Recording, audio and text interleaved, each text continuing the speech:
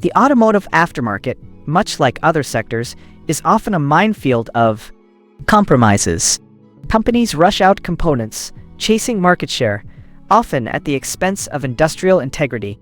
A rear differential viscous coupler clutch repair kit, for instance, isn't just another bolt.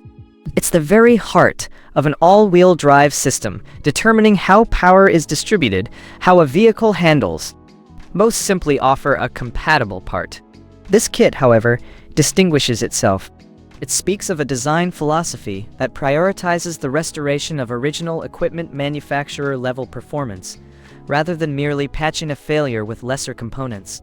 The first, and perhaps most crucial, value proposition lies in its precise fit for the 2013 through 2021 Flex models.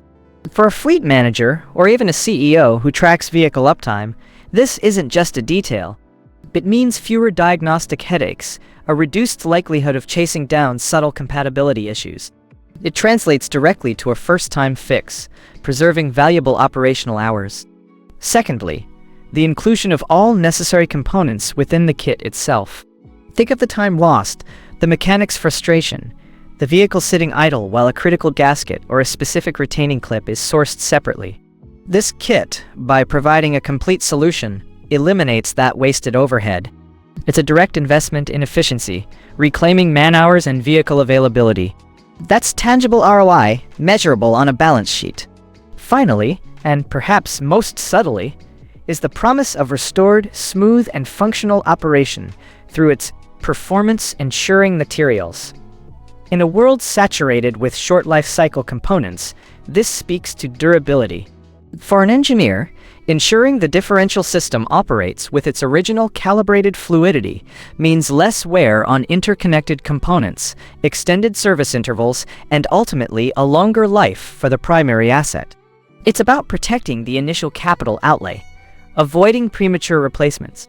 Holding these components, one immediately notices the substantial mass. We're not talking about flimsy stamped steel here. The primary housing for the viscous fluid, if you were to hold it, would likely sit at a solid 5.5 pounds, maybe more. Its diameter, perhaps 10 inches across, with a depth of 3. The internal gears, machined with an almost industrial precision, exhibit that cool, unforgiving resistance of high-grade alloy. The seals, not mere thin wafers, but robust elastomer rings, easily 1/4 of an inch thick and 1.5 inches wide, designed to compress and hold for years, perhaps decades. You can feel the intention behind every thousandth of an inch, the commitment to function. Now, a candid admission. Achieving this level of industrial integrity, this precise restoration of a complex mechanical system, isn't a casual endeavor. This isn't a 10-minute, bolt-on solution. Its design, meticulous and robust, demands professional expertise for installation. Some might perceive the need for specialized tools and a trained hand as a trade-off, a barrier to entry.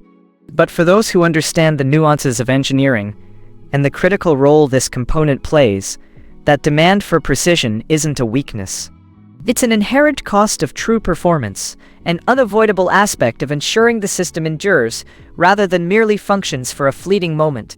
And looking ahead, especially to 2026, components of this caliber, specifically engineered for these particular year models, are rapidly becoming a genuine scarcity.